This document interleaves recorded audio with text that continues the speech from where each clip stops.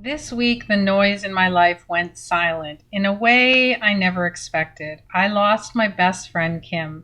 And in that silence, a lot of things we chase in our professional lives, the metrics, the promotions, the endless hustle, suddenly felt thin. So today, we're talking about what actually lasts. Welcome to Sunday Spark. If you're looking for platitudes and participation trophies, well, you've taken a wrong turn. This is Sunday Spark, the weekly intervention for ambitious professionals who are ready to play a smarter game.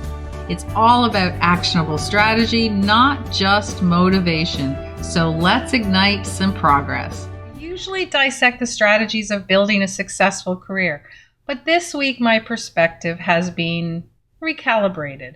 Losing Kim has been a brutal but clarifying reminder of what truly matters. It forced me to ask a hard question about my work, and maybe it's a question we all need to ask. Am I building a resume or am I building a legacy? This isn't a typical Sunday Spark episode. It's more of a raw, honest conversation about really shifting our focus from the short-term validation of metrics to the long-term impact of meaningful work. So let's get into it. If you've ever felt like you're running on a hamster wheel, chasing achievements that ultimately feel empty, then this conversation is for you. Let's talk about building something that truly matters. Think about your resume for a moment. It's a list of jobs, titles, accomplishments, maybe even some skills. It's essentially a receipt of your professional journey. It tells a story, but it's a story focused on external validation. Did you get the promotion? Did you hit the target? Did you acquire the company? Now think about someone whose work you truly admire. Truly. Someone who has made a real difference. And when you think of them, do you immediately go to their job title or their list of achievements? Or do you think about the impact they had, the way they mentored others, the innovative solutions they created, the positive change they championed? That's their legacy. You know, my friend Kim had a successful career, but that's not what I'm thinking about right now. I'm thinking about the countless people she supported, the unwavering optimism that she brought into every room, the way she made even the smallest interactions feel meaningful. She collected people everywhere she went. She was my Pied Piper. And that's the business of a well-lived life. That is a true legacy. And the truth is, we spend so much time of our energy building our resumes, chasing the next line item, that we often neglect the far more important work of building our legacy, the lasting impact that we have on the people around us and the world that we actually inhabit. So I want you to really think about something. Now, I know what some of you are thinking. You might think, that's all well and good, but I still have bills to pay and a career to build, and you're absolutely right.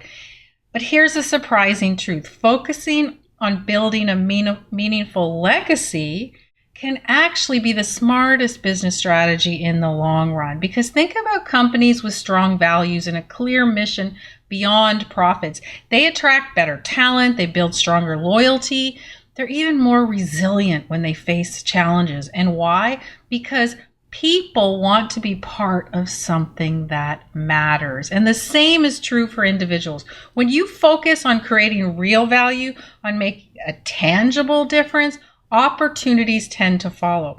People remember how you made them feel, the problems you solved for them, the integrity with which you operated. That's far more powerful. It's a powerful personal brand than a long list of impressive titles, right? Chasing metrics can feel urgent, of course, but building a legacy creates lasting momentum. My favorite word, momentum. It's about playing the long game, focusing on contribution over consumption, and understanding that true success is about the positive ripples that you create while you are here. So let's think about a little bit about a legacy litmus test, I guess I'm going to call it. So how do we shift from that resume building to legacy building? Well, it starts with a conscious intention, right? And here's a simple legacy litmus test. I shouldn't have called it that because it's a tongue twister, but you can use it when you make decisions about your time and your energy. So here are the questions. There's the impact question. Before saying yes to a project or taking on a new task, I want you to ask yourself, how will this truly make a positive impact, either on my team, my clients, or the wider world? If the answer is unclear or feels purely transactional, then take a closer look. The values alignment check, that's number 2.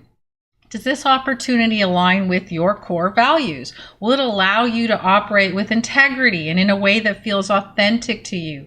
Legacy is built on the foundation of strong values, your values. And then finally, let's call this the long-term memory test. I love this. Imagine looking back on this experience a year from now, or even 5 years from now. What will you remember most about it? Will it be the stress of hitting a short-term target or the satisfaction of building something truly valuable? Using this litmus test can help you prioritize opportunities that contribute to that legacy, right? That you want to build, rather than just padding your resume with some, fleeting achievements that nobody's ever going to remember. Losing Kim has made me take a much harder look at where I'm spending my own energy. It's a stark reminder that time is finite, right? And the impact we have is what truly endures.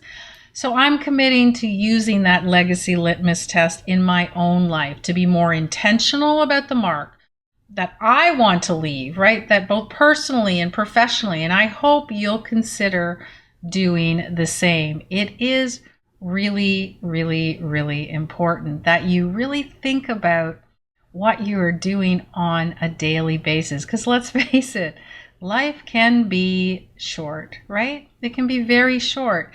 And then all of a sudden we're like, what happened? Where did I go? What was I planning to do?